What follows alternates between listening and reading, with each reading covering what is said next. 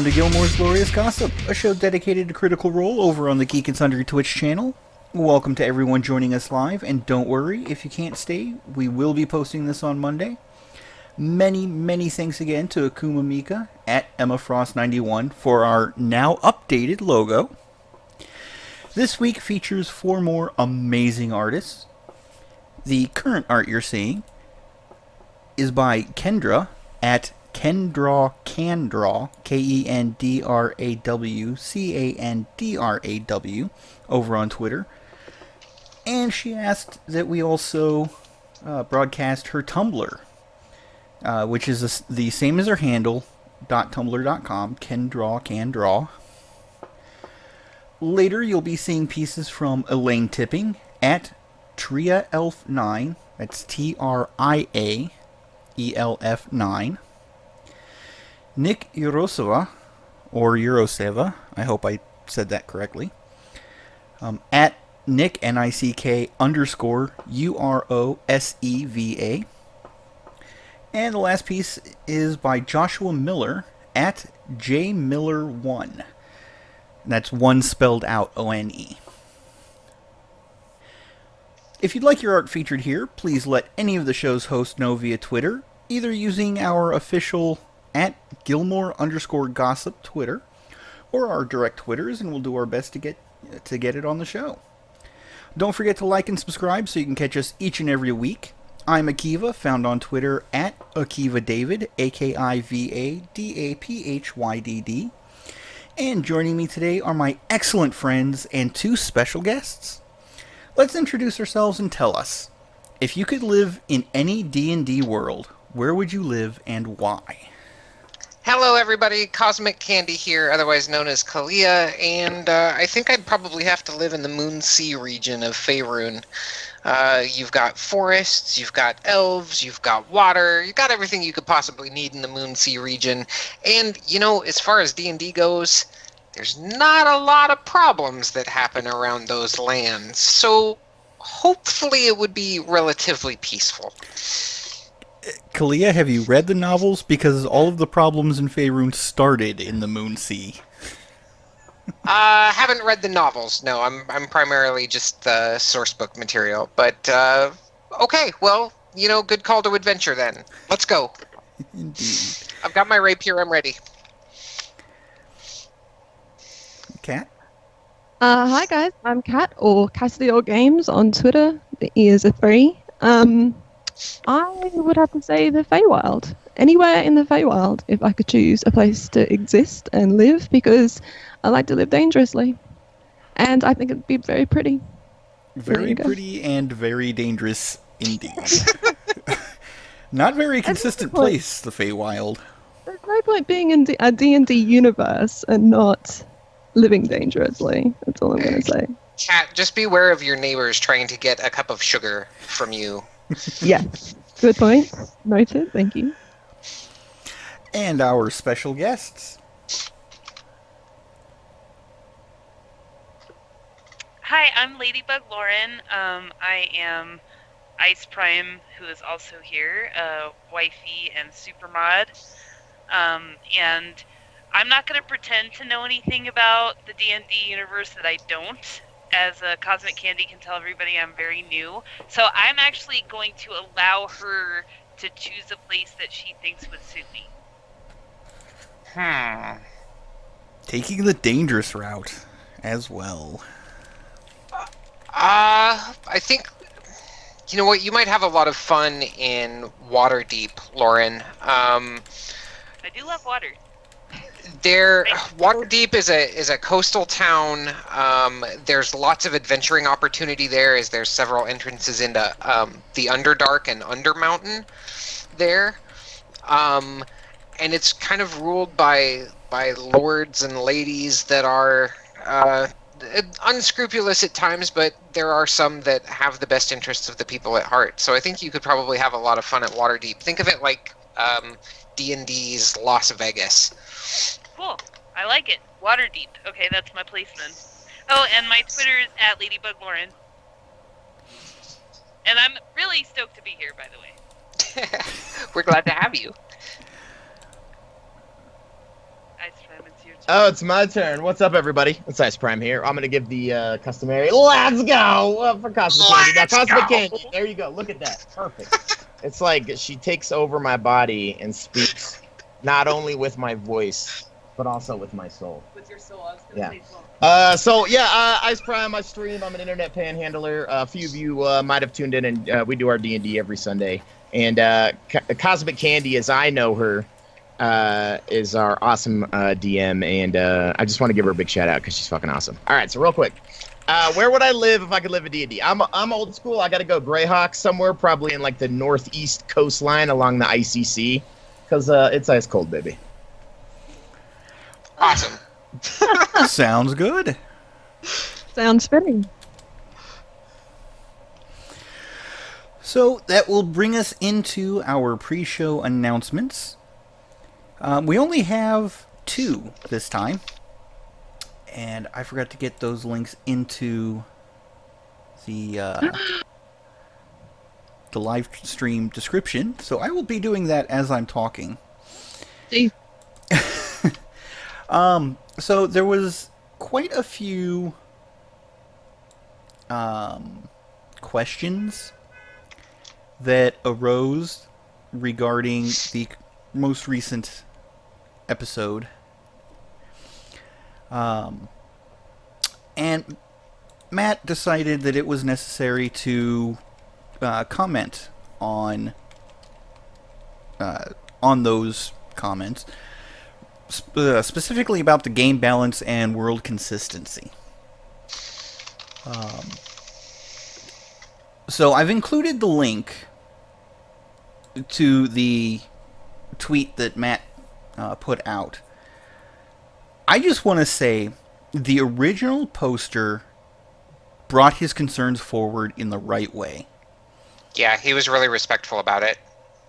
There was zero hate, lots of respect, and if you guys have heard previous podcasts, you know that that's one thing that we here at Gilmore's Glorious Gossip really harp on. There's been a lot of hate coming from small pockets in the community. And there was a lot of outpouring of love in this particular case. And a lot of respect. And it really warmed my heart to see it. Yeah, it was a really good response by the community. So that link is there. And Kat, excellent work on finding the hit dice ring that Marisha used. Yes, well, when it comes to jewelry, that's my thing. But it's a pretty cool ring. I wouldn't mind one myself. It looked a bit distracting at times because she had to kind of work the cogs in it to. But you know, it's a cool thing if that's your thing. They've got little dragons on them. Unfortunately, I couldn't get the link to work for me, but my internet was having issues while I was trying to look. So I'm sure if I went and looked now, I'd be able to. I just don't want to interrupt the the live stream to do so. Okay, I'll check it. So, but that will bring us into the comments from last episode of Gilmore's Glorious Gossip. This one coming from the Comic Book Addict. And he questions, do we know where Thordak was banished to the Plane of Fire? That, the island, could have been where that happened, and that took a lot of power.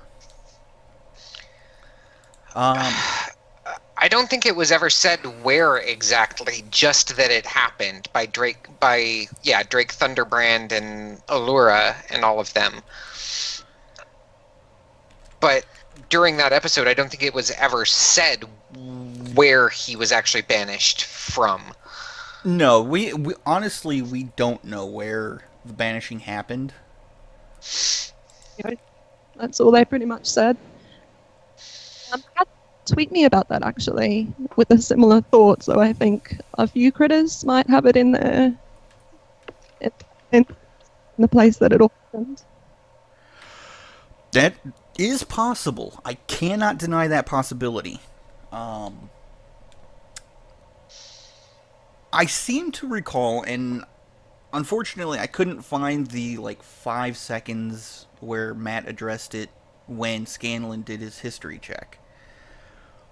But I seem to remember that it's been an island of glass for what, hundreds of years? So Yeah, hundreds of years. So. And Kima was a part of putting Thordak into the plane of fire.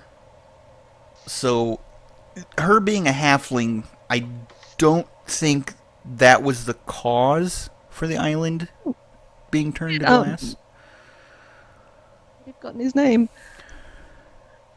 King of... Jamon? Didn't he... No, he just hit him and chucked him into the ocean, didn't he? He didn't actually banish. Correct. That's correct. But, go ahead. The time frames don't really sync.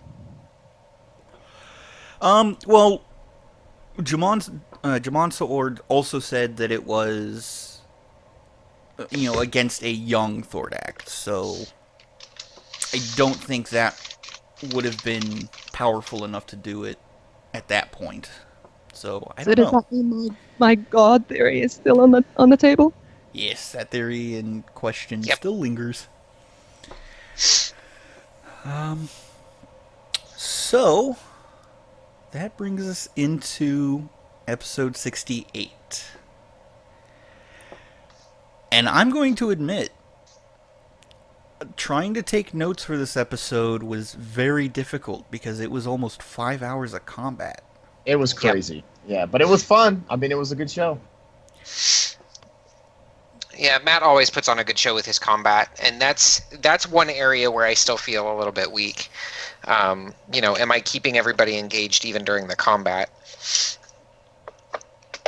I think you do a spectacular job. Keep me engaged. Ah, I wasn't fishing for compliments, but I will take them I anyway. will say, and I apologize for interrupting, but I have been invited to play many a D&D game, and I think I played one in high school, and I liked it. But Cosmic Candy is the one that really has gotten me to say I really like it. That's awesome. So,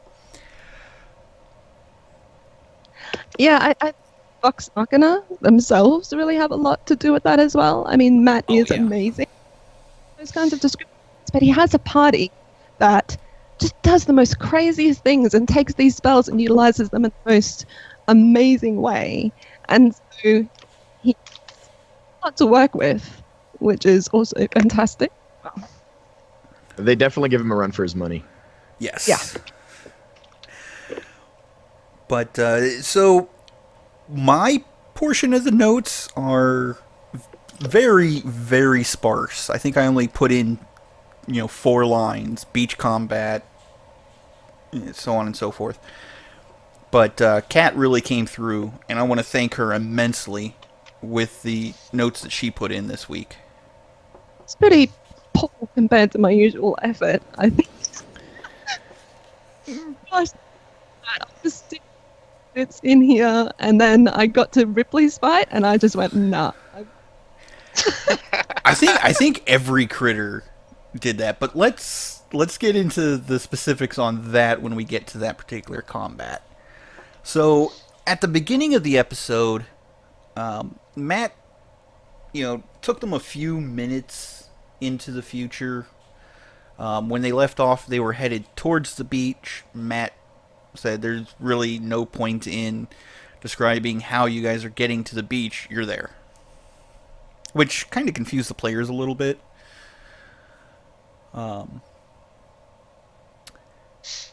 But we find why Glintshore is named Glintshore. And everything is indeed volcanic glass.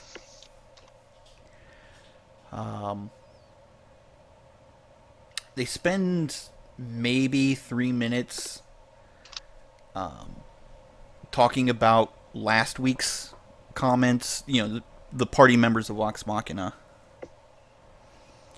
And Vax mentioned her kills. Keyless kills. Yeah, he seemed to really want to bring it up and confirm, like what happened to them? Are they do we have any survivors? And Kiki got very almost about it. But he's like, oh, that's so impressive. That's so cool. It's just a really interesting dynamic that he's kind of developing between the two. That he's kind of You sort of faded out there for a second, Kat. I've got a new mic, and it's okay. Is that better? It's still kind of waving, fading in and out, but why? All right. New tech, new issues. It happens. I'm so sorry. It's okay. It happens. Yeah. So just a really interesting dynamic between the two, which is pretty cool.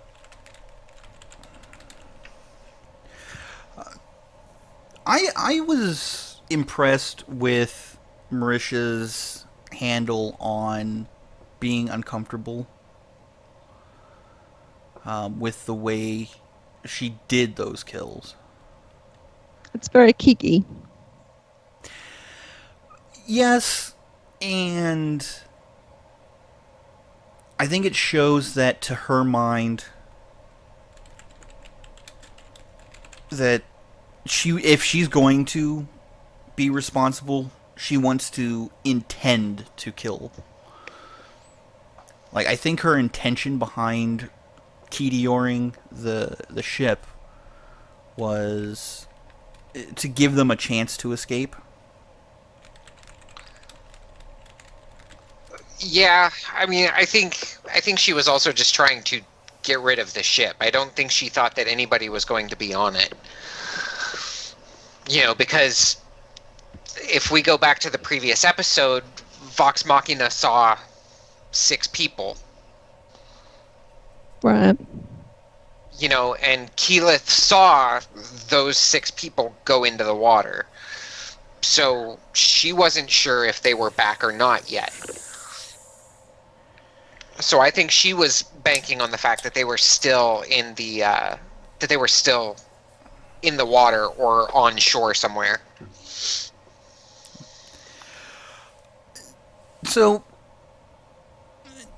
I know a lot of our viewers don't know, but Ice Prime was in the Navy.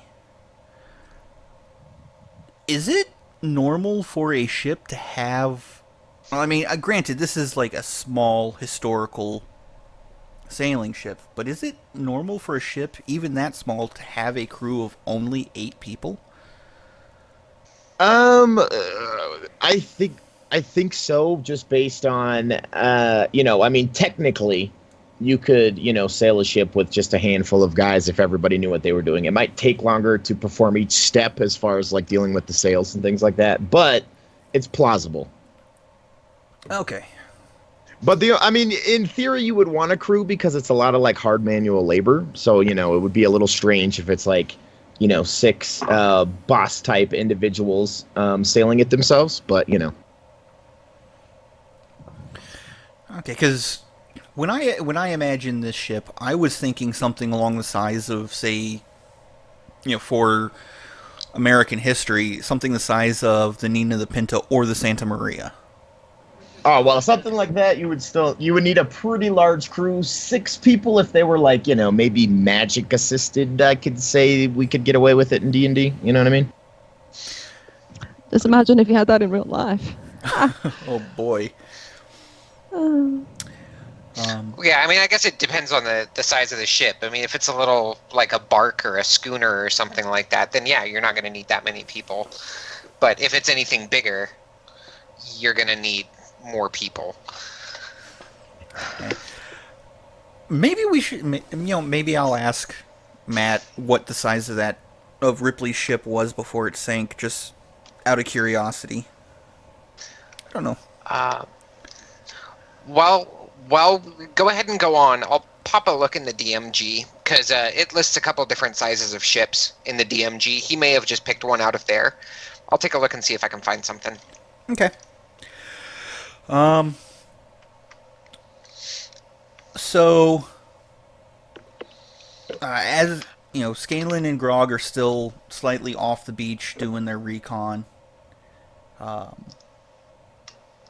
And Travis did some things that I thought was very just awesome.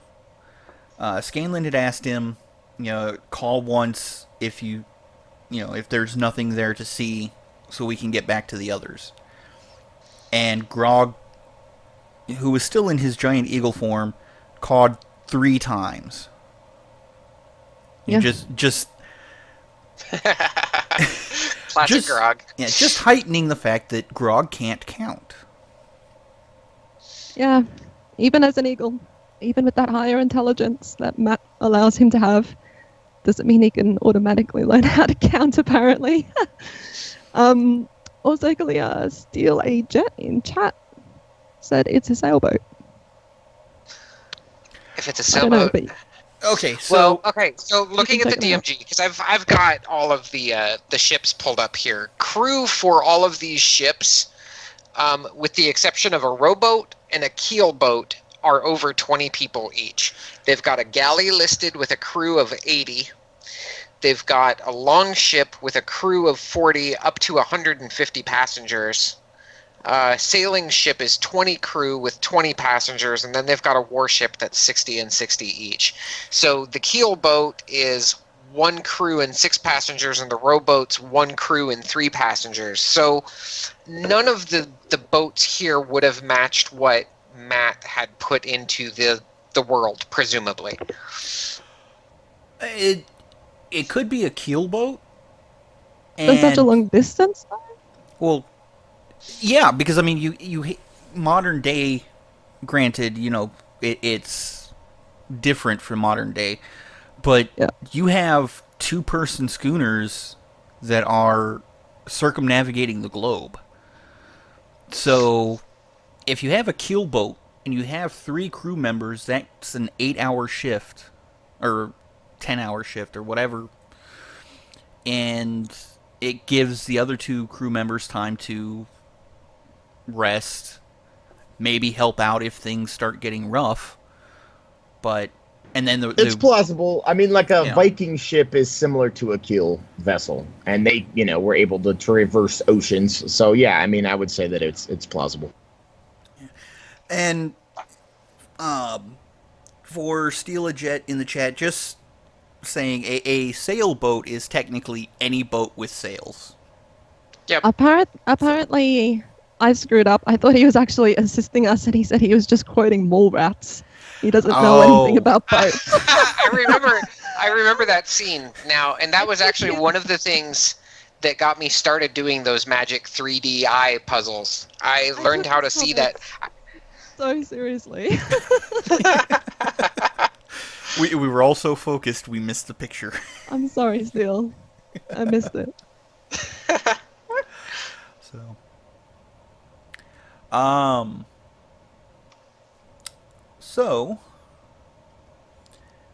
But the point I was getting at was, it's great that Travis did that, because yes, an eagle has the capability to count, but if he's never learned how, he's not going to be able to. That makes sense.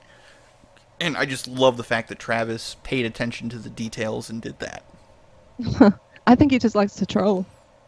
That too. That too. Any chance to troll. So, Scanlan and Grog start heading back to the beach, and that's when the rest of the party starts in on their combat. And there was a lot of theories on what the combat was going to be. Some were saying turtle dragons, some were saying krakens. We were all wrong. Hey, yep. Cat? Yeah, it went inland to the island, more so. So I suppose all of our hopes and dreams were shattered. But on the beach, it was more a cyclone of death in elemental form, which was something completely different. And it didn't disappoint. So yeah, these 3 air elementals show up. One of them picking up just massive amounts of broken shards of glass from the beach.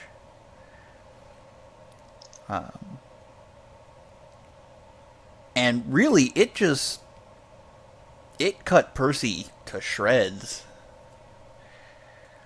Yes, that poor guy. He was having a rough day. He actually indicated, like, a couple of comments that he dropped in the beginning of the podcast, just a few passive comments, indicated that he wasn't having a very good day already.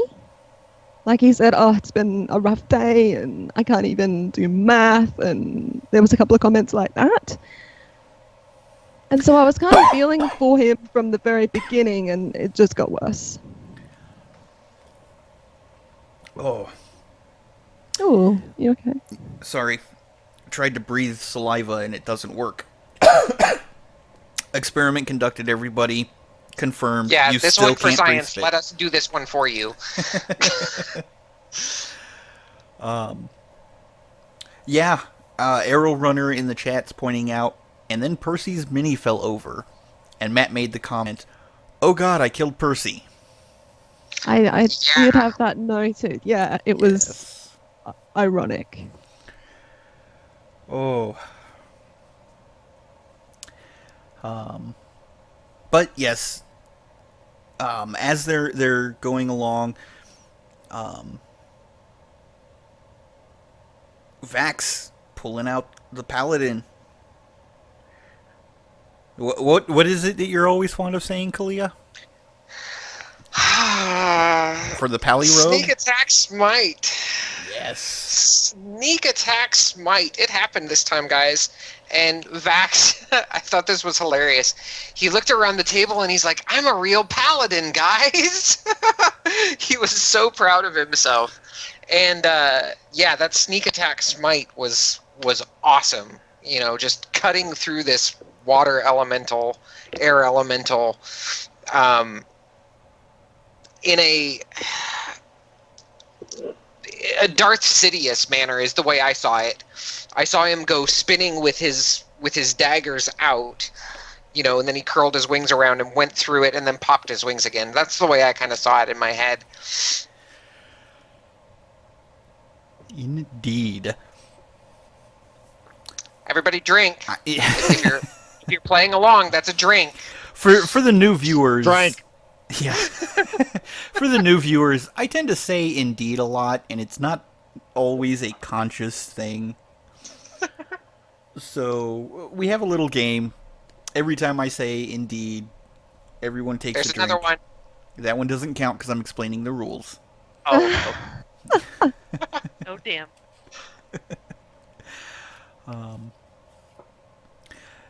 But Ice, Ladybug, what did you guys think of that particular combat? I thought it was awesome. You know, I mean, sneak attack smite is like the holy grail, per se, for paladins, you know? And to see it work out as well as it did, I mean, it was just, that's the best kind of D&D combat right there, is just, you know, stuff that you normally wouldn't, you know, see put together. People find interesting ways to make it happen, you know? Yeah, I think him utilizing the glass within the elementals to make them the kind of like another dimension of that kind of an elemental form. Oh was yeah, pretty That was sick. really cool. You guys, yeah, that was pretty nuts. I know that was not something I would have thought of, even as a DM, even though I've got, oh, hey, all of this glass, you know, I'm sitting here thinking that the majority of this glass is not loose. I'm sitting here thinking that it's attached to the ground and such. So to have the loose shards of it actually get intermixed with this air elemental, that was awesome. Yeah. Well, to me, it really drove home the point that the campsite was used for at least a little while. Because if people are walking around, that volcanic glass is going to chip off and break, and so there is going to be all that loose glass. Well, if they had been using it for a while, I think they would have been attacked by the elementals. I find it curious that these elementals hadn't been a problem for Ripley's party. Well, there is the spell Summon Or Elemental. did it seem to be? Oh, you feel that maybe Ripley... It's a possibility I can't deny. It is a possibility. I mean, we did have a wizard with Ripley's party, so that just means that there's a wizard on the loose. Oh, well, no. Oh, you mean the wizard that was included in the party that they killed? Yes. Mm-hmm. Okay. Yeah. Okay, I see it. And Keyleth with that just brilliant use of Wind Wall. Yeah, that was a game changer. So for those that aren't familiar, Wind Wall creates a wall of wind 15 feet high and 50 feet long. And gaseous creatures, Gaseous I think is forms, the word. Yeah. Yeah. Cannot pass through it. Arrows and the like tend to get blown off course. So less likely to hit somebody behind Wind Wall. It was just insanely useful. It was a great idea, and like I said, Vox Machina is amazing. They take these spells and they think of little details on how to utilize them so well in different fights and situations, which they need to, because Matt's fights are so dynamic and filled with so many different levels to them. But in this particular case, it took Matt one round, I think, to figure out how to get his elementals free from her wind wall. And the disappointment in her face, like that whole, I'll just check. I'm just checking. No, you keep going.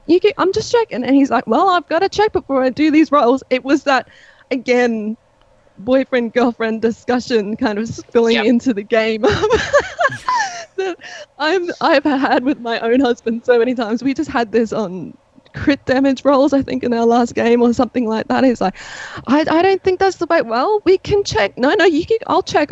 But no, let's just do this now. It was that whole discussion of, oh my gosh. But yeah, he worked out that they can actually leap the fence out of that. But it was a good idea. Yes. And Percy was brilliant trying to use the water. He just didn't go deep enough. Right. Yes. Mm-hmm. And so ended up getting sandpapered again. Yeah, unfortunately, Percy took a lot of damage this fight, which didn't help him towards the end of the episode. I'm wondering, Ice Prime, do you two have those kind of discussions, maybe? Do you play D&D together with Kalia, is that correct? Oh, yeah. Yeah. do you guys have that kind of dynamic in the group, that kind of couple dynamic that spills into the game sometimes, or? Me and Lulubug definitely do. Yeah. Yeah. You know, Yeah. I mean, because it's like she's always getting on me for telling her what spells to cast. You know what I mean? He is definitely a backseat player, with me only, because he can see my screen, and so, you know, we've both made a couple bad calls because of that, Yeah. but I enjoy it. I think his bravado and leading the front of the pack and everything, I'm always yelling at him to not go into a room by himself, and sometimes he gets pretty close to screwed. Like, I didn't play with him this last Sunday, and he almost died. Yeah, they're playing through Death House right now in Ravenloft, and they went into a particular room. I'm not going to spoil it for those of you that may not have played the campaign yet, but they went into a particular room on the second floor, or the basement inside Death House. and 3 party members got instantly dropped as they were attacked. Oh, And- wow. Cosmic Yeah. Candy rolled a nat 20 on me, though. as I tend to do. And I know Lissa is in the chat right now. I rolled a nat 20 against the party on Wednesday too. So it happens more frequently than you would think should happen, but they're legit. There you go. Got it. And the other thing too that is interesting about this is my rolling carries over into my daughter. The ice pack knows her as Little Cosmic Candy. The rolling ability has transferred over to her as well because she rolls like crazy too. Fight fan in the chat says, so Ice is like Vax, charges ahead and forgets to yell Jenga. That's Did you accurate. say that's true, Ice? Yeah, I mean, somebody's got to get in there first, see what's going on. You know what I'm Right, saying? yeah. Of course. Of course. So eventually, the party finally breaks the wind. Ba-dum-bum. So many jokes. But I'm Yes. Oh God. So in the Critters D&D chat, I'm a moderator, and I created a pun command. I got more No, use. I wish you could stop. That command got so much use on Thursday. I think it's broken now. Oh, Yeah, Nightbot's gonna need the entire week to recover. Yeah. So after the combat, Vex starts tracking Ripley's party, and they start heading in towards the center portion of the island. And they come across Ripley and 2 others that seem to be having a little bit of an argument.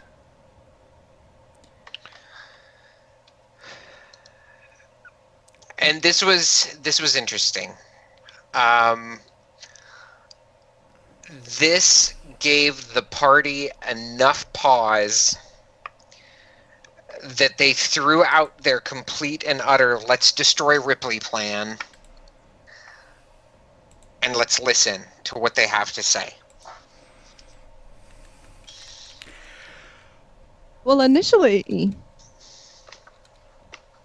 it was attack and destroy, but I think Ripley yelled out, let's talk, which kind of gave them pause. It was like, okay, what is going on here? Like, there's something else happening.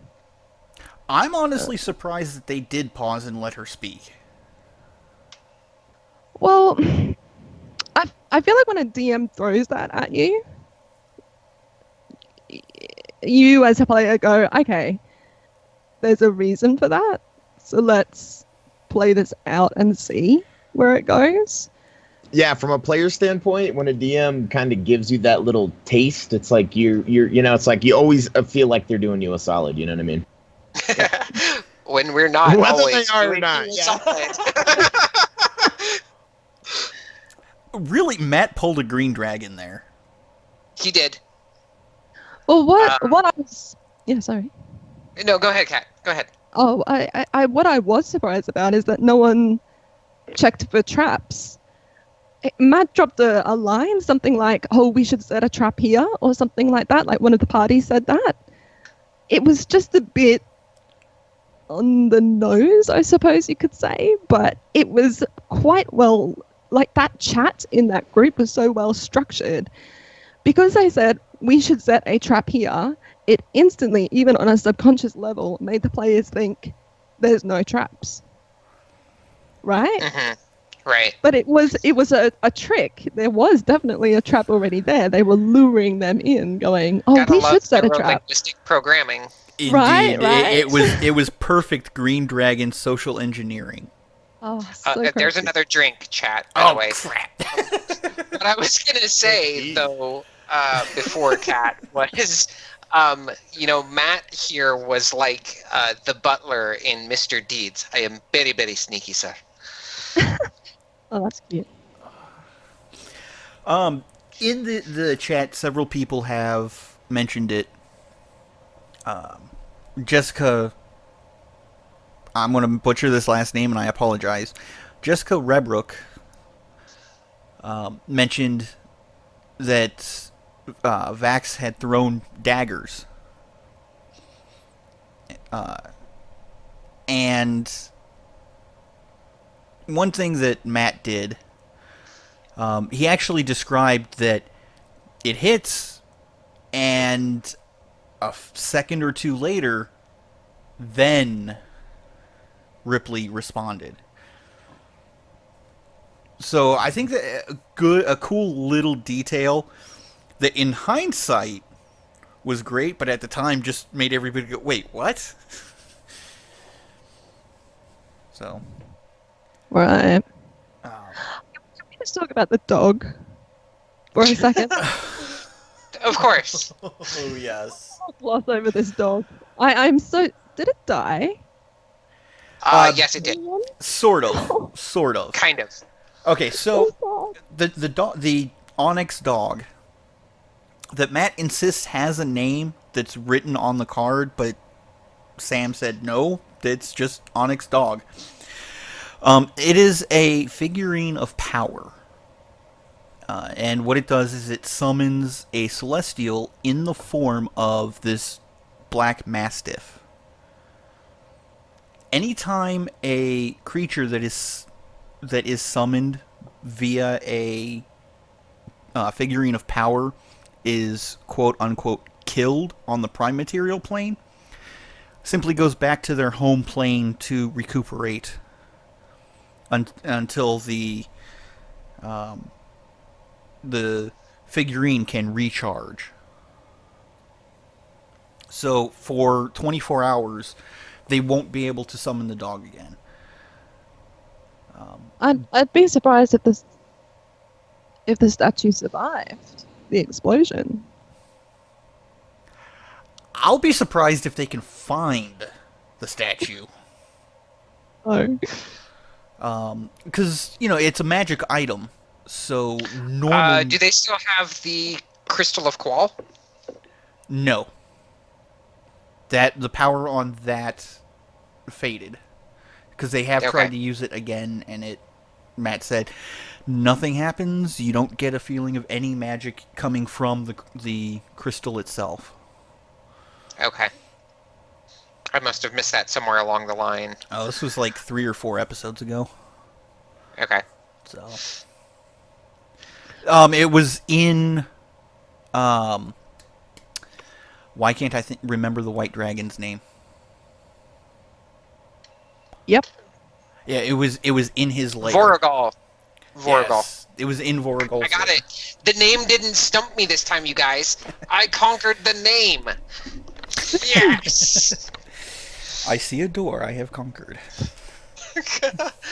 And I saw Steal a Jet asking, does the statue turn into a dog or does the dog appear? The dog appears from within the statue. The statue does disappear, though. In essence, it does become the dog. Yeah, I always thought the statue became the dog, right? Yeah. I'm in the DMG. I can pull up the magic items. Okay. The DMG doesn't specify, but according to Mike Merles, the rules as intended is that the statue disappears and becomes the creature. Well, it was nice knowing him. Oh, he'll be back. I hope so. I do hope so, because it was just such a cool character. I mean, it says right within the spell here, the figurine becomes a living creature. It does state in the spell, Mike Merles lied to me. Yep. If you use an action to speak the command word and throw the figurine to a point on the ground within 60 feet of you, the figurine becomes a living creature. Rules as written. And that is the figurine of wondrous power for a bronze griffin. Same thing. Yeah. Onyx dog. Exact same wording. Yeah. Okay, so there we go. I was wrong. Well, goodbye, unnamed dog. We knew you well. Sir Barkington. Yes. Akiva, did you post that picture of that you had found in Critters D&D chat the other night of the dog? Because that was perfect. Unfortunately, sharing it in the Critters D&D chat is okay because it's technically a private viewing. Because of the nature of this YouTube channel and the fact that the videos are monetized, I cannot show it without the original person's permission. And since I have no idea who the original user or original creator is, I can't get that permission. So, okay, can you tell us what you searched on Google to find it? So what I had searched was monocled mastiff. Okay. And I'll put that wording in the chat. The mental image alone is enough. It's amazing, Kat. If you guys Google search this, you are not going to be disappointed. So there it is in the chat, and it's a British picture because there is a British telephone booth in the back. But it's just awesome. It's the first picture that shows up on Google image search. So there you go. But yes, when the creature hits 0 hit points, it reverts into its statue form. And the statue itself is a magical item. So it takes a lot to destroy. To destroy that. That is true. So I'm sure that the statue itself does still exist. It's just a matter of, oh look, they're in an area of volcanic glass. Yes. Which is usually black. Right. Searching for an onyx figurine. And onyx is often volcanic glass. All right, so here's the way I fix this as a player. I cast Detect Magic, which is good for. Well, I did think of that. It's good for. I can't remember if it's like an hour. I think Detect Magic is up. And it gives you a 30-foot radius. So if you start walking the island, you're gonna find it eventually. But Detect Magic is a level 1 spell, so yeah, relatively easy. They may have to wait until. Oh, absolutely. Yeah. They may have to wait until the next day. Yeah. To get to right, it, but, they're tapped. Yeah. So, what did you guys think when the trap was triggered? And please jump in, Ladybug and Ice, as well. Go ahead, you guys. If you have anything, I'll belay.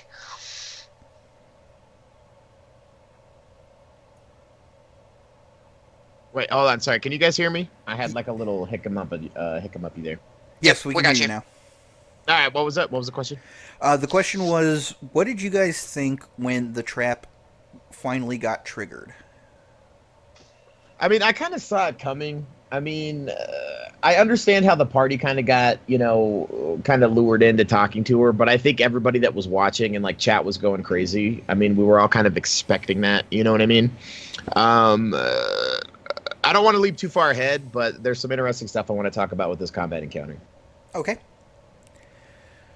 All I know is it just made me watch more intently because I knew some shit was going to go down.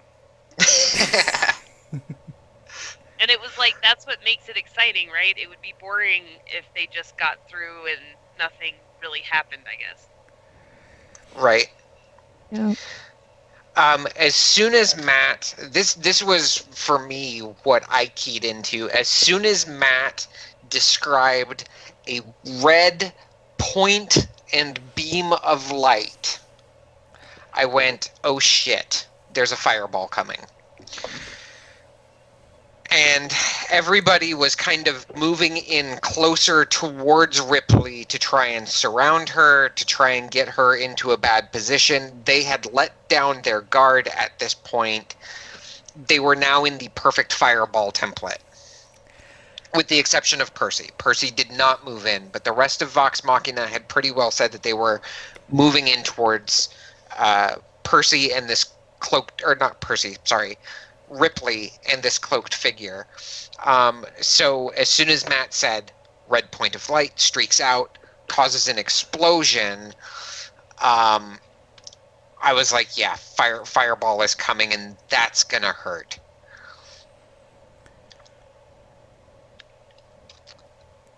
Okay, Yeah, PJ. go ahead. Was the Goliath woman caught in the explosion? I believe she was. She was. Which is curious and interesting. I told you guys before all of this, about 10 to 15 minutes before the podcast even aired, I was thinking about the show. I was thinking about Critical Role. I was sitting at my desk at work, and I had just this awful feeling come over me, and I thought, something really awful is going to happen in this show today. And so I tweeted my chat and I said, you guys, I have a really bad feeling about Critical Role today. Like, something bad's going to happen. And they're like, what? And I said, I don't know. I said, I just have this feeling. And I think my motivation for that is because it's been going so well for so long. And it's been kind of quiet for so long too. Like, they've had little things happen here and there, but there hasn't been any real impact, kind of dramatic events happening for a long time. As a DM, something big to happen. Right. And as a DM, like, that kind of would motivate me to really up the stakes and I kind of feel too, like, I love Vox Machina. They're a fantastic group, but they've become a little cocky. A lot cocky. Yeah. Where they're just walking into situations now and going, we're so powerful, we're level 15 effers, we're going to take anything down, it doesn't matter what's going on. It's awful what happens in this episode, and it's rough and it's horrible. But I really feel like it was needed, and I feel terrible saying that, but... No, I agree. It was a needed gut check for the party. You always need that, right, to kind of put things in place again. By the same token, the player that this gut check happened to, I think in the end, this player was okay with what happened. And we'll talk about it later, but I think it was kind of poignant in a way. Agreed. Just real quick, Kat, I have the picture that you sent with that conversation. Do you mind if I show it? Or would you prefer if you got your fellow chatters' permission? I asked the question and they said that it was okay, so sure. Okay. So let me get that set up real quick. And Totem Cyclinic chat says, oh, that was it. It's... No. No. It's John O'Brien's fault. He said he gave them bad karma pizza. So let me pop this to fit the screen there. And there is the conversation. And keep in mind that Kat is in Australia, so her time zone may be a little different, and the date timestamps may not line up with what we expect to see here in the U.S. Yeah. But yeah, that was... I think everyone who's had experience DMing or has been playing for a decent amount of time knew something was going to happen. There's that little electric charge in the air that just... It's our spider sense. Yeah. And I think Matt kind of knew what he had prepared and what he was going to be throwing at Vox Machina. It was almost like he was sending out that vibe clear. Like, Matt was just there going, like, pulsing with it, and all the DMs around the world were just going, oh shit. Yep. Yeah. Well, and I mean, it's scary too, because I know Matt and I think very similarly in a lot of regards. We've brought it up before that, especially in some of the earlier episodes that we started, when we started hosting in Critters D&D, he would start describing a creature, and I would immediately say, it's a so-and-so, it's a this and that, and, I would call it well before the party ever even got to it. And I'm like, yeah, that creature fits in here. Rocky terrain, caves, giants potentially nearby. Yeah, let's throw, and I can't remember the name of the creature right now, but let's throw one of those at him. A Bahir. There we go. Yes. Sometimes you gotta just remind them that you're a DM and you're incarnately evil. So. Yeah, pretty much. I'm joking. I'm joking. But I really am their biggest fan. I really am. Yes. One thing I like to remind all of the players out there is that the DMs are here to turn you guys into heroes, and we can't do that without really strong opponents. But PJ Smith in the chat wishes reminds me, and Akiva, don't forget to talk about Ripley saying she has officially brought firearms to the world. Yep. She has sold the plans and sold firearms. To Vasselheim, she said. So. Yeah, she said she sold some at Vasselheim, and did she say some? Some at Vasselheim. I thought she said somewhere else. And some in Marquette? Marquette, yeah. Okay. On Corel, to be specific. Okay. Yeah, Percy's own personal fears have come to life. Yes. Now, one thing that I missed, Totem Cyclinic says at one point, after Sam goes, I'll effing heal Keyless again, Taliesin just tilted his head, looked at Matt, and with a weird acceptance nod. I think he knew right then.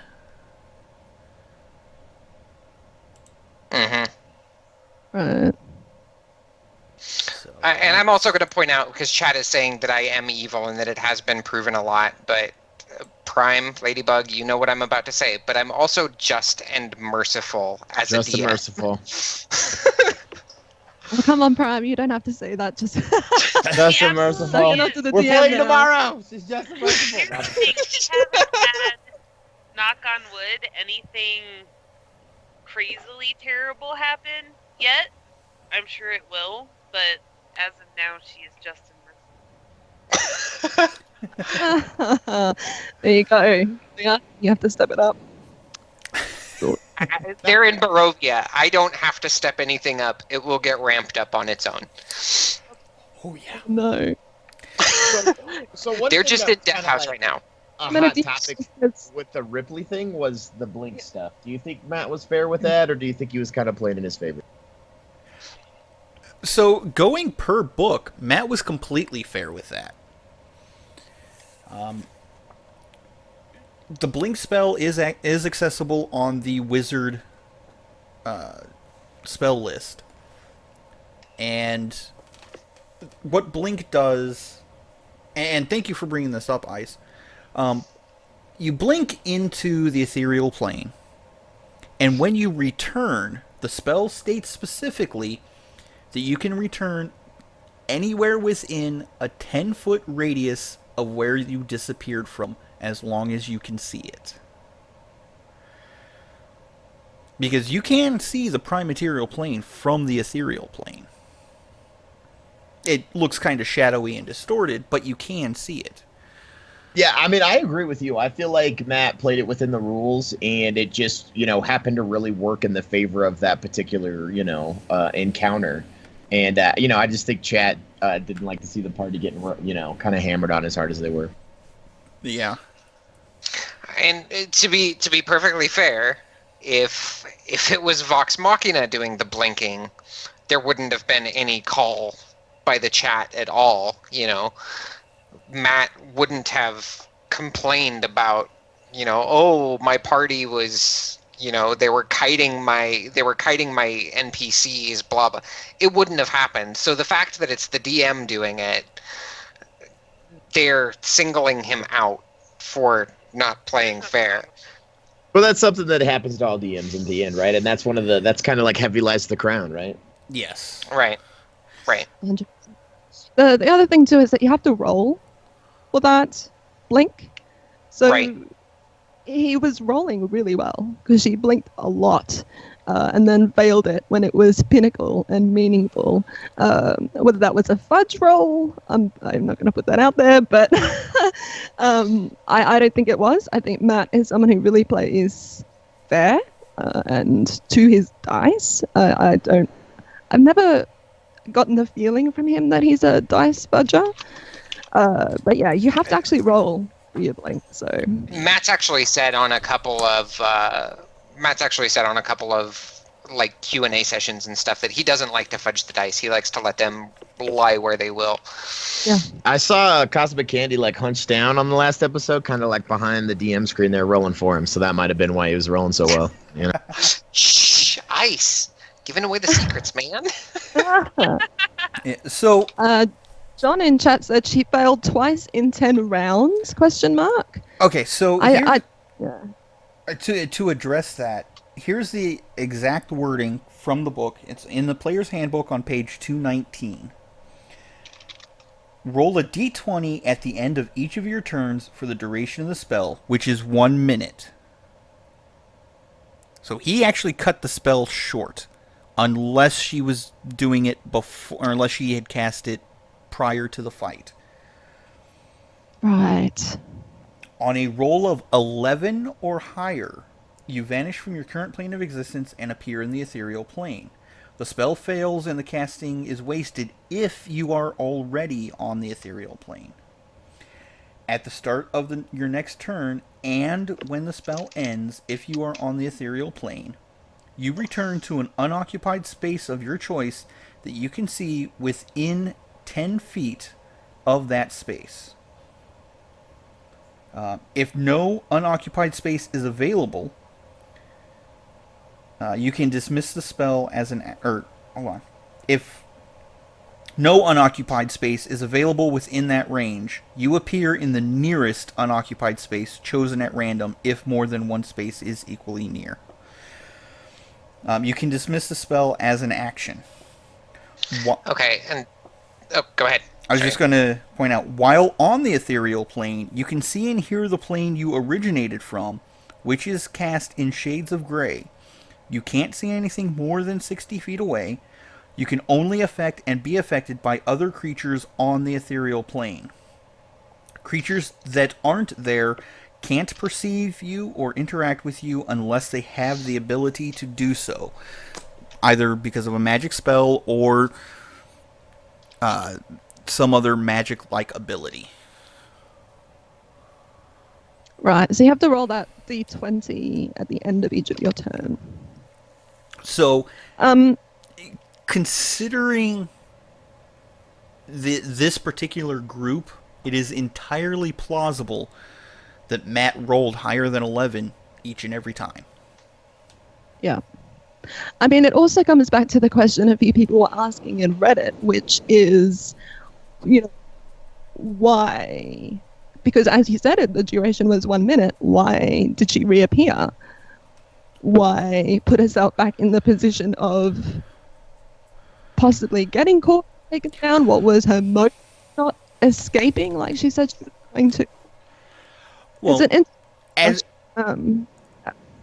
I was going to say, as the spell says, you're blinking. You are literally jumping back and forth at the beginning and end of each of your turns. So it's not that she chose to come back. That's the nature of the spell she used. Chat was also bringing up the Odaluk's Resilient Sphere thing towards the end of combat. And I've got Odaluk's pulled up here as well. It's actually within the second paragraph of the spell. Nothing, not physical objects, energy, or other spell effects can pass through the barrier, in or out, though a creature in the sphere can breathe there. One thing I would like to mention, though. Blink, having already been cast, is not trying to pass through the sphere. If she goes... if she goes to the ethereal plane, she's no longer in the sphere, but has not technically left the sphere. So, little loophole there. Right, because she's inside the sphere. She can still blink while she's within the sphere because it's not trying to... What they're talking about there is things like magic missile or firebolt or, guiding bolt, anything like that where it is going to try and pass through the sphere to do damage to the target inside. It is the Gungan shields in Phantom Menace. That spell energy hits and causes ripples and stuff, but does not go through. And Jessica, and again, I apologize if I mess up your last name, Jessica Rebrook points out, Matt did try, but he failed. Rebrook, she said before. Oh, Rebrook? Okay. Brook. My apologies, Jessica. So, Tommy D asks, could she blink back outside the sphere, or would she be forced to return to it? She could blink outside of the sphere, because once she's in the ethereal plane, she's no longer having to go through the membrane of the sphere. Right, and she gets 10 feet, right? Correct. Yeah. 10 feet, which would put her outside that sphere. Because Odaluk's Resilient Sphere is just large enough to fit the creature inside. Mm-hmm. Don't force effects also... Or Clinton Ballard asks, don't force effects also extend into the ethereal plane? No, they do not. If you have unless the spell specifies that it works in multiple planes at the same time, all spell effects are only on the plane that you are casting from. I'm curious as to what else Ice had in this particular combat. Because as you can see, our notes are sparse, Ice, so... Yes. Interesting with this combat, or Blink was definitely one of them. Yeah, I think the blink thing was really interesting. The other, I hope this isn't jumping too far ahead, but the other thing that I found kind of interesting with the chat is they kind of turned on Kalith a little bit, saying that she didn't prepare enough heal spells for the encounter. The chat likes to turn on Keyleth. That's something that they do frequently. And it's something that we here at Gilmore's Glorious Gossip, frankly, get tired of pretty quickly. But, I mean, yeah, she did not prepare the Cure Mass Wounds, which she thought she had. But there was 3 heal spells still, though. I mean, it's like, it wasn't like she was like, screw these guys, you know what I mean? Like, she thought she was preparing to the full potential of what she needed to, you know what I mean? Yeah, right. Yeah, because you also, within the party now, you have Vex, who can heal as a ranger. Granted, it's not that powerful. And you've got Scanlan, who can heal as a bard.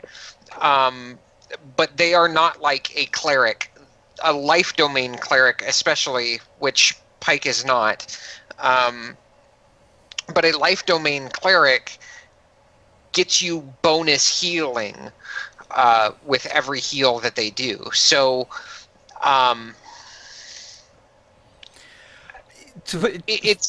it's one of those situations where you really have to try and balance, okay, we know we're coming up against a combat here. I'm probably going to try and balance my offensive and my defensive spells. And as a druid, you want to play tank.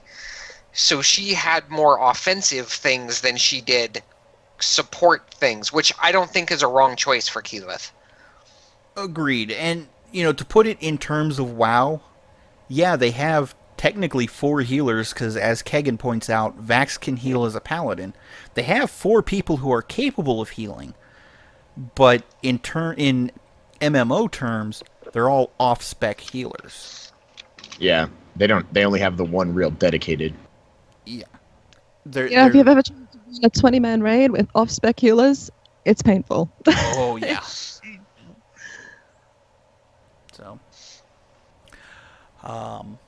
And I mean, the entire conversation, I think, that came from this encounter, which was also Matt putting 2 of an OP encounter in front of Vox Machina. There was a lot of complaints across Reddit and even Twitter, which, of course, Matt broached in his Reddit post about, how has Ripley become so powerful? How has Cayenne, which we have... Cayenne? Which we haven't even broached. Yeah, Kynan. We haven't even talked about Kynan yet. How has he gone from this sobbing boy to this...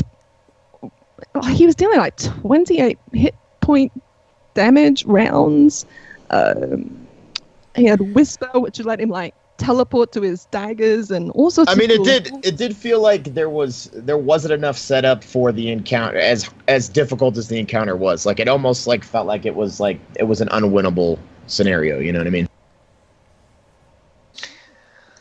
Yeah, I mean, I got that impression. But by the same token, rogues can do crazy sneak attack damage even from the start. I mean, we saw Vax starting out at, what was it, level 7, level 6, level 7, at the very start of Critical Role, a little bit over a year ago now, about a year and a half ago now, and Vax was doing 30-point sneak attacks. So that tells me right there, all right, Kynan is probably about a level 6. On his own, can he stand up to Vox Machina?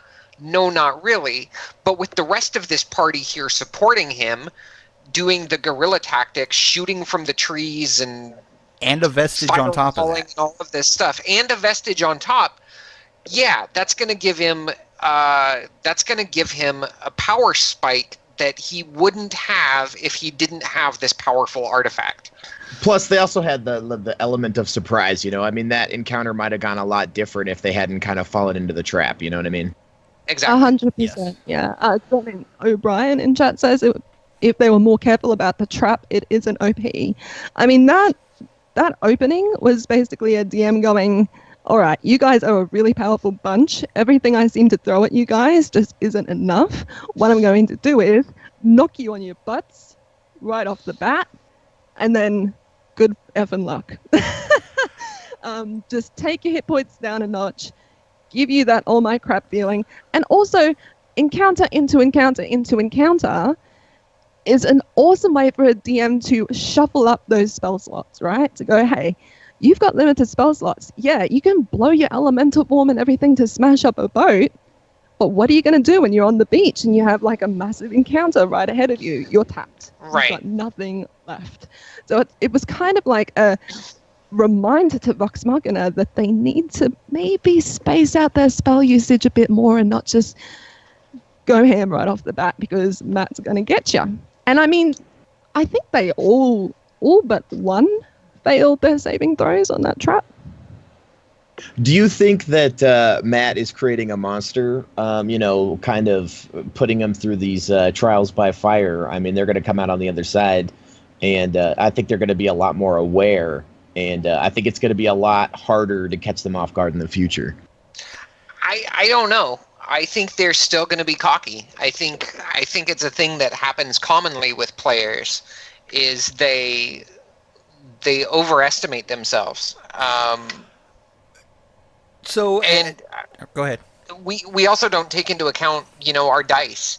I had a bad turn of the dice last night during the game that I play on Friday nights, and yes, our party survived, but I was sitting there at the end of the game going, man, that could have gone so much better if my dice cooperated with me. Another thing that happens, psychologically with players is, yeah, they have this setback now. They will be cautious for the next 2, 3, 4 encounters. But when they get through those just fine, they start getting cocky again, and they fall back into the same routine until they get another gut check. So I guess, is that the question? Is that the holy grail for a DM, is to find the ultimate gut check that the party never recovers from? Not quite. It's kind of... Go ahead. It's kind of a good feeling, I think, when you completely shatter your party. This sounds so evil, but when you completely shatter your party to the point where they just... everything you say and do from that point on, they're double checking and they're kind of scared of. You're like, yes, I'm doing my job. Right, So let me give you an example from Wednesday night. From the Wednesday night group. Still Ravenloft.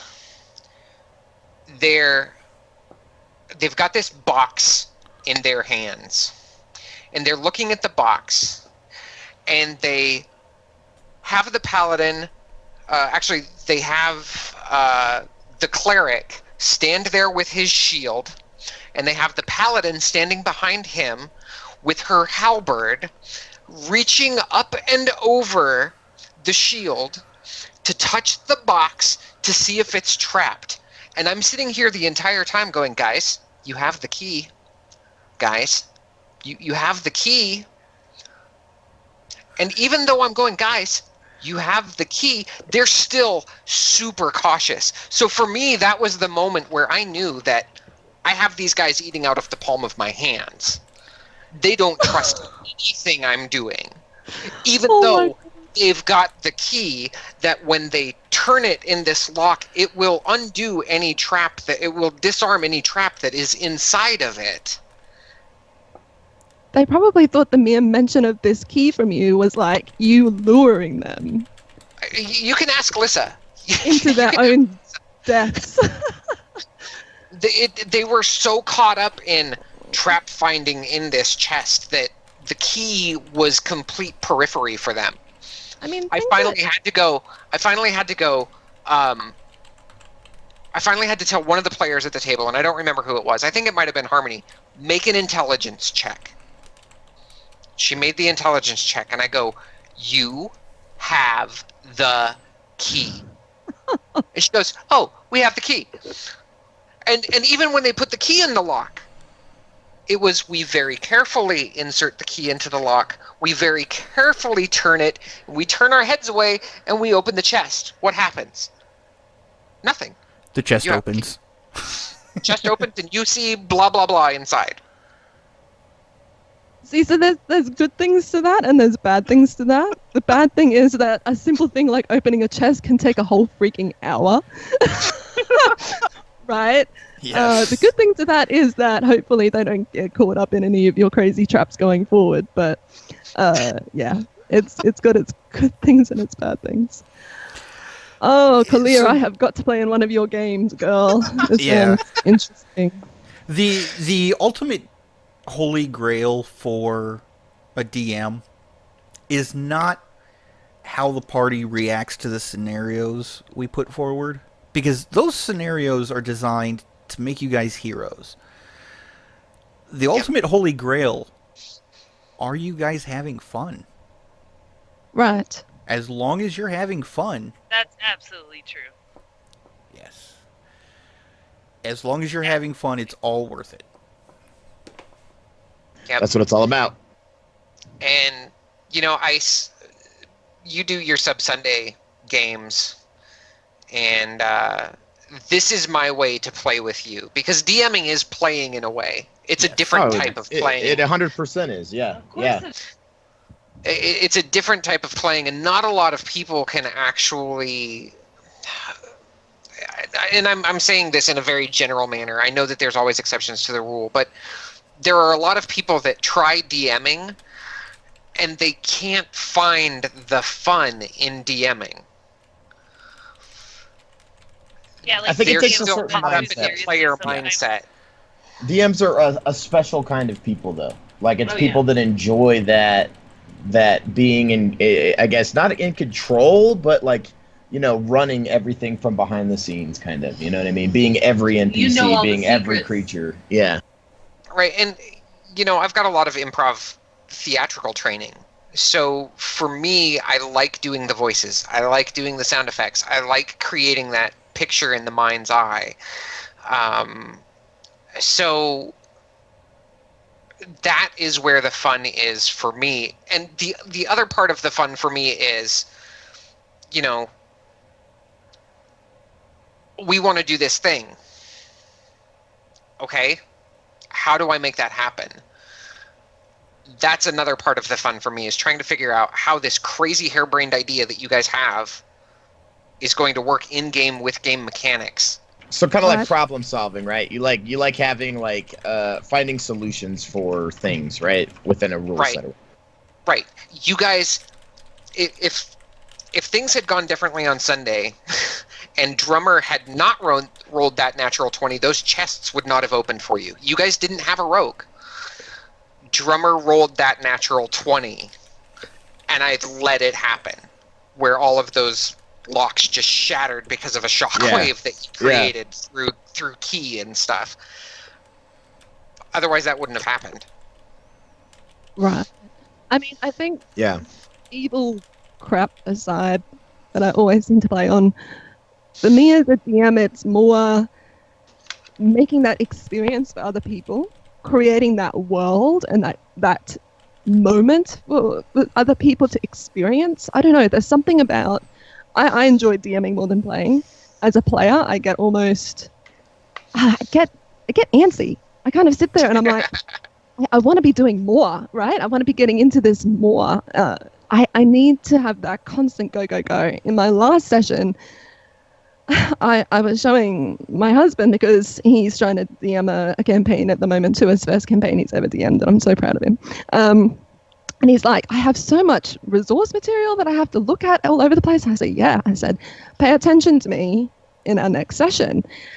And I brought his attention mid-combat. I had 4 books open, my notes. I had my little iPad thing with all of the spells listed. I had my initiative thing. I was juggling all of that. Plus I was running music and sound effects. That's what I love. I love that high pressure, high octane. Yes, doing this now. That's happening in the battlefield, and you've got that on you. And I don't know. It's just that challenge of creating that moment for these players, and having to juggle it all. It's so weird, but it's exhilarating. I love it. No, that was really well spoken. Yeah, that's awesome. Well, a couple of things that some of the people in the chat wanted to talk about, and I'm sorry if I've missed anybody.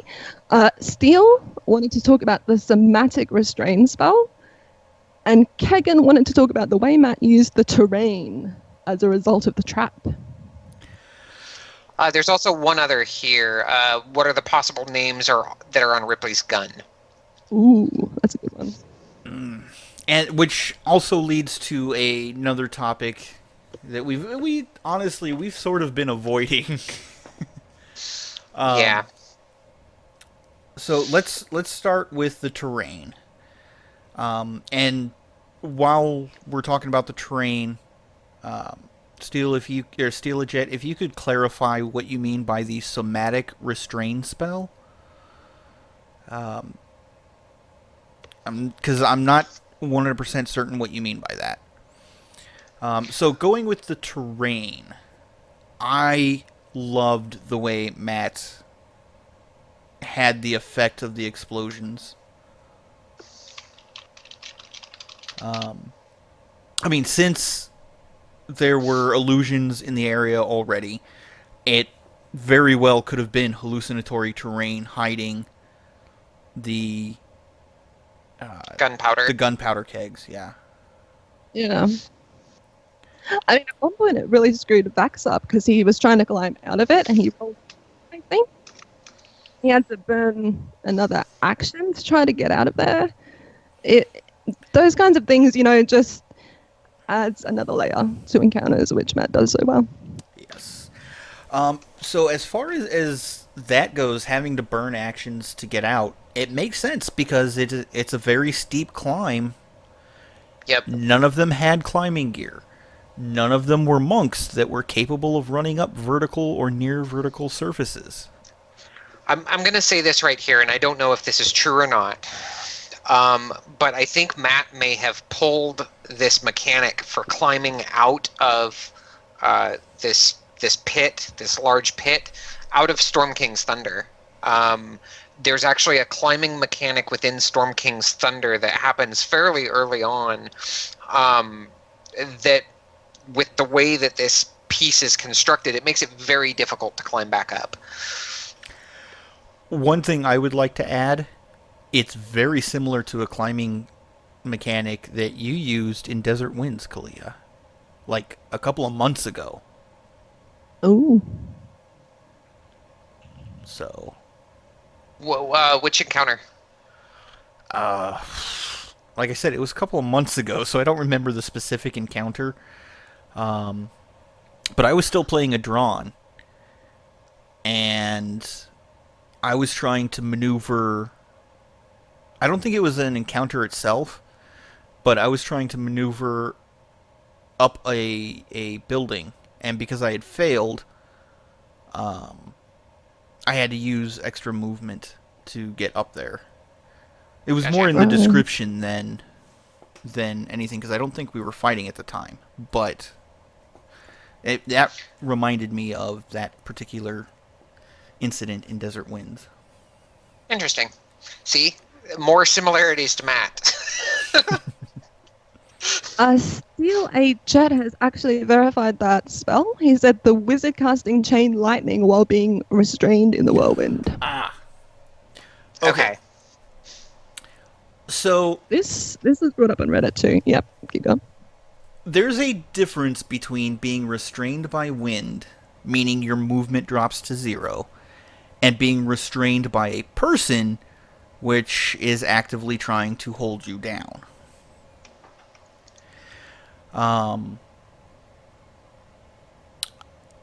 Personally, I think there should have been some sort of difficulty roll that Matt announced for the wizard, because he's being spun around in a circle. But that's not... There was nothing about that whirlwind that would have caused the wizard to be unable to cast a spell. Right, because even the restrained condition just says that their speed becomes 0. That's it. I mean, there's more to it, but that's the key piece. Their speed becomes 0, and it can't benefit from any bonus to its speed. That has nothing to do with the somatic components on a spell. So... Someone brought up, well, I'll keep going, so let's just do the names on the barrels. There was another comment here that I wanted to pull out. I'm so sorry. Not a problem. You kind of faded out there when you said, let's just go to... Let's just keep going. Sorry, I thought there was another comment that I saw, but I can't find it. All right. So yeah, as Kegan said, a concentration check, in order to get that off, I think would have been called for. I don't know exactly what Matt was rolling, and I didn't see him roll anything, so I don't know if he did or not. But again, that's his call. Because I was going to say, that kind of falls into the realm of, that's up to the DM at that point. There's no hard rule that there has to be a concentration check if they're in the whirlwind, you know what I mean? Absolutely, because as Kalia pointed out, restrained does not say anything about not being able to cast a spell. I mean, there is something to be said. He's what? He's like a level 15. I mean, that's also, he has a lot of experience, too, you know what I mean? So maybe the DM waived the check because it's this guy is like Gandalf, you know what I mean? Good point. So, eventually, the party, Vox Machina, whittles down Ripley's party till it's just Ripley, and Orthax makes his appearance. Oh, names on the gun? Are we gonna talk about? We'll get to that. Okay, sorry. We'll get to that because this is the segue into it. Right, I see what you're doing. Into the difficult part. Yeah. Akiva is the master of this. I'm sorry. I'm not the master of this. Oh. I mean, you're just as much the host of the show as I am. No. Keep going. Keep going. So, when Orthax comes into play, Ripley starts essentially doing a Hail Mary and trying to focus on Percy.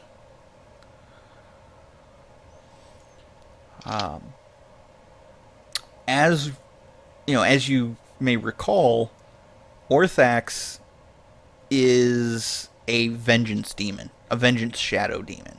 He's all about revenge. And Ripley wanted revenge on Percy, presumably for showing her up, for lack of a better way of putting it. And essentially leaving her with nothing when they quote-unquote rescued her from the Briarwoods.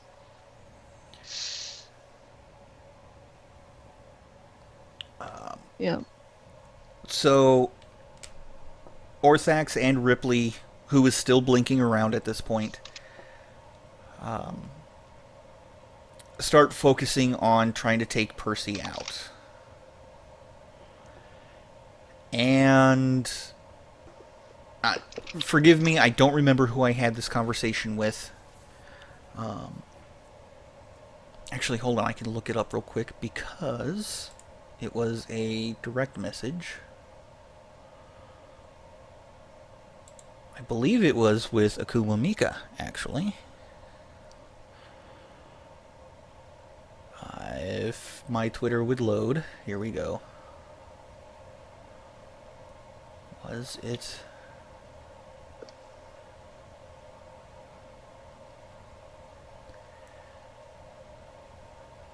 I'm not seeing it. I think it was Akuma Mika. Correct me if I'm wrong. But there was a point where Orthax seemed to gain power when Percy fell. Yeah, But- it was the first time that he fell. So And that's the the last. question. Go ahead. Is it a completion of the contract, or is it, that he's taken Percy's soul somehow? You know what I mean? It's like, where does that interweave? Yeah. Well, we're not sure how much you've watched Critical Role, Ice. So previously, this vengeance demon was attached to Percy. It was how he learned how to create these guns and stuff.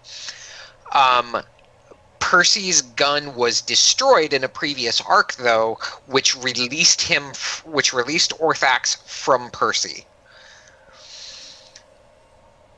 Oh, Right, but shadow demons actually capture and sell souls.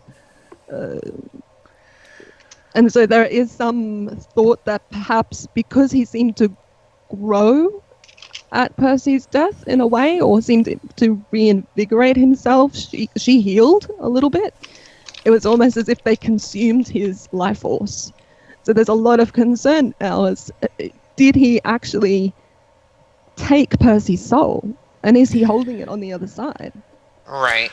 That's a So possibility. I found the conversation. It was actually in one of the critter chats on Skype. I was having this discussion with Fernando. Okay. Fur. Hey, Yes. But it all, I mean, it really could go 50-50 either way. I would like to think, because Kalia and Matt have such a similar mind state. I would like to think that if they do attempt to resurrect Percy, it would work. His soul would be intact, because I like to think of Matt like I think of Kalia as a just and merciful DM. Here's the thing, though, and this was brought up in Critters D&D chat. I don't remember who said it, but they were like, but that requires an element of willingness, right? Yes. Any resurrection spell does require the target of that resurrection spell to be willing. 100%. And so I don't know if Percy is going to be willing at this point. I think he is at peace that he is out of the world and Ripley is out of the world. Sorry. Oh, I'm sorry for interrupting. I just want to say, we've covered the episode itself pretty well. This is rolling into the wrap-up, because they cut the episode right after combat ended and Vox Machina tore Ripley to pieces. To the point that Matt said, we don't even need to roll damage. How do you, Vox Machina, want to do this? Did anyone else get a little perturbed listening to some of the stuff these guys were doing to this woman? As a prior service army guy who has been in combat and such, no. I have seen much worse. I mean, Vex's was definitely dark. Well, I found hers the most acceptable. I mean, I think it was kind of an emotional moment, and everybody was really into the game. I mean, I don't see it as anything that's like, you know what I mean? Yeah. Yeah. This to put it in psychological terms, this is not an indicator of their common mental state. Yeah, sanity, however you want to put it. This was very much a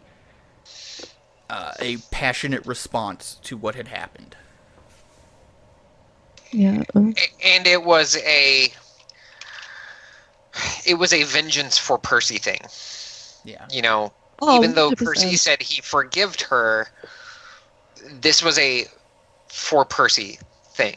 Yeah. No, I understood where it was coming from, and I understood that they were going to definitely hack this woman apart. I just felt that some of the things that they explained themselves doing was a little beyond vengeful and almost disturbing, but that might just be me because I'm, I don't know, maybe a bit innocent when it comes to all of that stuff still, I'm not sure. But a couple of people have said in chat, I think Jessica was one that jumped out at me, and a couple of other people, I'm sorry if I've missed you, kind of backing up how I kind of feel about Percy's response if they do try a resurrect spell, and I know that we're going to be discussing. Well, we're in the wrap up now. So cool.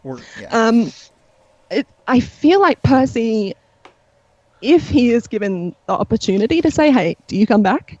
I really feel like he will. I don't feel like he is at peace because, yes, Ripley's gone, but his guns are on the loose.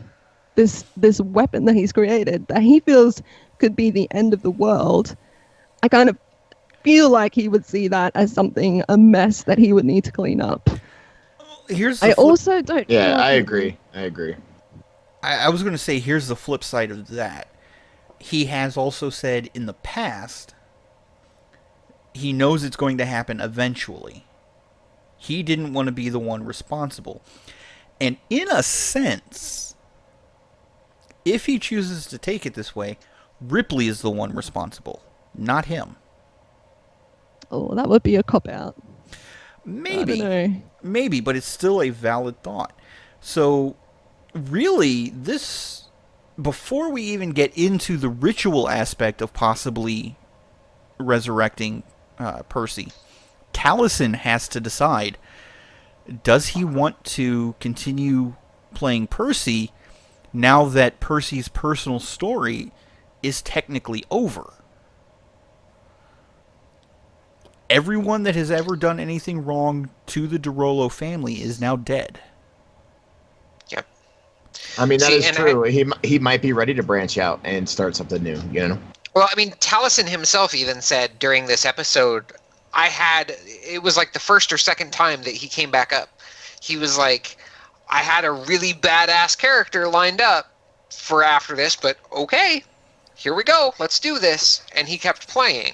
Yep. So that indicated to me, and even after the fact, after, you know, Matt is closing things and he's saying, Percy is gone, there is no life here. Taliesin is like, I'm okay with this. I mean, you could tell that he, as a player, was at peace with what happened in the game. He did not feel like he had been, from what I was reading on his face, he did not feel like he had been slighted in any way by Matt. And he felt like it was, I think, a hero's death. Yes. He fought and fought and fought and fought, and then finally succumbed. And the way that they made that happen was they had to take him out multiple times and then shoot him while he was defenseless. Mm-hmm. That was the only way they could make it happen. So And you can't really ask for a better player death, you know? Right. So I think Taliesin is okay with what happened here. I don't think he has any qualms about is Percy's story arc finished and come to a good resolve. I think the answer to that is yes. I think it has. Yes, who has to tell Cassandra now that her brother died at the hands of Ripley and her cronies? But, you know... And if the necklace is any indication, who gets to tell Pike? Right. Now, one thing that I'm interested in, Ladybug, you're Draconic. Your Yes. Draconic is showing. You said that you're, new to playing D&D. How did you view Percy's death? I mean, to be honest, even though I haven't played until recently, I know a lot about it from being married to Ice Prime, and I do view it kind of more of that's how the cookie crumbles kind of thing. Like, he fought and did everything that he could. There was nothing else that could have been done, and I was into it, and it was dramatic, but I didn't feel like anybody had been slighted. Okay. Yeah, honestly, of everybody at those technically 3 tables, Travis and Taliesin took the death the best. Mm-hmm. That's true. It's true. Even Matt, during the entire encounter, anytime the party was, close to death or had to be healed and brought back from death saves, he was wincing. It's painful. Yeah, he did not want to kill this party or any member thereof. Well, and even earlier in the episode, Matt's like, you're going to have to roll a natural 20, Taliesin, in order for this to stop. And Taliesin rolls the natural 20, and he goes, Jesus Christ, Taliesin.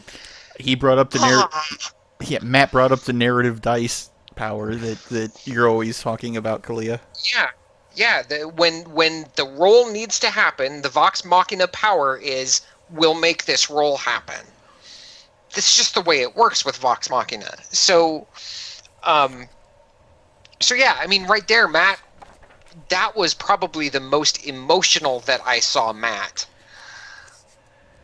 You could completely see it written on his face, like, it's ridiculous, but it's awesome. So here's a bit of speculation that I have now. And this is me throwing it out there like I threw Vax as a paladin out there. This is Gilmore's glorious gossip after all. What if Percy comes back as Kynan? Oh, holy shit! You mean Taliesin starts playing Kynan? Or yeah. What if Taliesin starts playing Kynan? I don't think he would do that because I don't think that he would burden the party with 2 rogues. I'm thinking more along the lines of a no for the sheer fact that as a character, Kynan is complicit in Percy's death. Yesenia in chat. Kalia sees the future. OMG. Yes. I was going to say, somebody strongly agrees with you. Yes. Unfortunately, I don't think it's going to happen because Vox Machina will not take Kynan now. They may forgive him for being on the wrong side. They may let him go on his merry way with a slap on the wrist, don't do it again. They will not take Kynan now. They will take him as far as Ank'Harel so that he can get back home. But that's as far as they'll take him. Yeah, like I said, it was just a thought that I had earlier today. I was like, wait a minute. I would love if- to see it. I would love to see how the party would react to that. But yeah, I'm not sure if they would go that direction or not. Yeah. And Steal a Jet is mentioning, I want to see Taliesin coming back as his Dragonborn Paladin. If you guys will remember, when Critical Role started off as a one-shot, and that was all it was going to be for Liam's birthday, Taliesin was playing a Dragonborn Paladin. It wasn't until, I think they said several months later, when they finally got back together, that Taliesin actually invented and created Percy to bring into the story.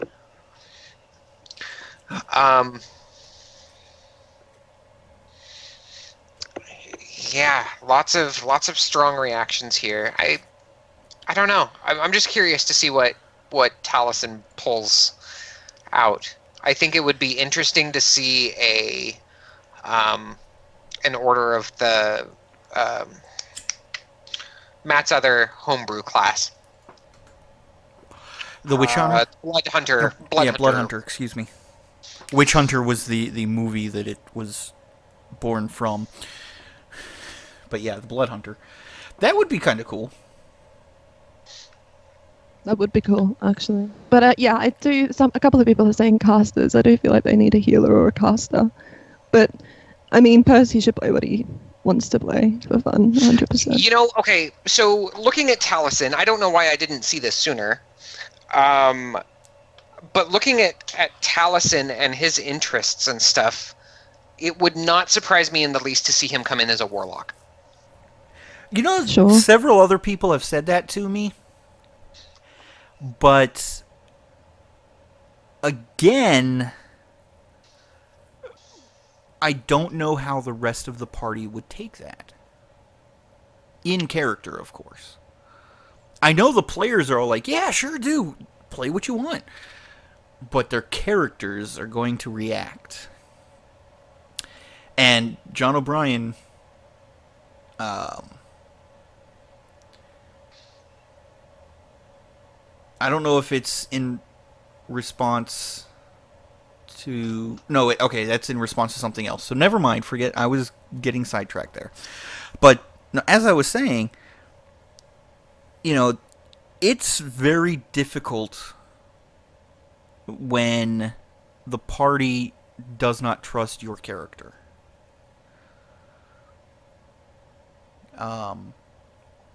Truth. I mean, it could be tough, but it also makes for a really good session, though. You know, I mean, that's some of the best stuff comes from that. You know what I mean? Yes, it can. And I think it can also make for a really rough session. Really, really bad session. Also true. So, I have to agree with Benjamin Lieberman. He says Warlock feels too similar to Percy's backstory with Orthax. And I have to agree. Totem Psy Clinic also said real quick, there is a way to have Percy come back and Taliesin to roll the new awesome character he wanted to make, Reincarnation. Percy's soul coming back in another body with part of his memories. That option has also been brought up, and Marisha even commented on Twitter. She hasn't forgotten about it. They are discussing their options, but the way she said it makes me think that Taliesin is going to choose to not bring Percy back. Well, she said that it would be up to the DM as to how that spell works, and I think she was more indicating Matt's homebrew requirement for any kind of True. resurrect spell, which is another thing too. So Matt's homebrew resurrect rules. Basically, there's a number of skill checks that need to be made, and I think there's like a 30% chance of failure. Just linking back to the rather overwhelming theory that his soul might be held purchased by Orthax now in another realm. If that is the case, we could even see Matt making it harder, so increasing that difficulty maybe to 40%, maybe even 50%. Yeah. So that's another way that it could all be handled as well. So there's a lot of possibilities for this to be Percy's swan song, as it were. Which is fine. There's a couple of really beautiful quotes or beautiful things that I've pulled up from Reddit in relation to Percy. If this is his last moment, I found on Critical Role some GIF memes. That was a scene from episode 56. I don't know if you guys remember his conversation that he had with Cliff. It was in relation to Whitestone. Yep. So I'll bring this up really quickly. Yep, I know what you're talking about. And so it was the conversation when he was kind of trying to explain to Marisha the importance of physical cities, physical creations that we make and things that we leave behind as mortal people. And he asked her, he said, "How long do you live?" And she said, "Well, it completely depends on the journey, 1,000 years or more." And he said, "Well, how long do you think I will live?" And she said, "Less than 100, I guess, if you're lucky." He said his name, "I'm Percival," and then he said, I am Percival Frederick Stein, von Mussel-Klasowski de Rollo III. I'm sorry, Kalia. Yes. My ancestry dates back thousands of years and will continue for thousands more, unless Whitestone falls. I live as long as Whitestone lives.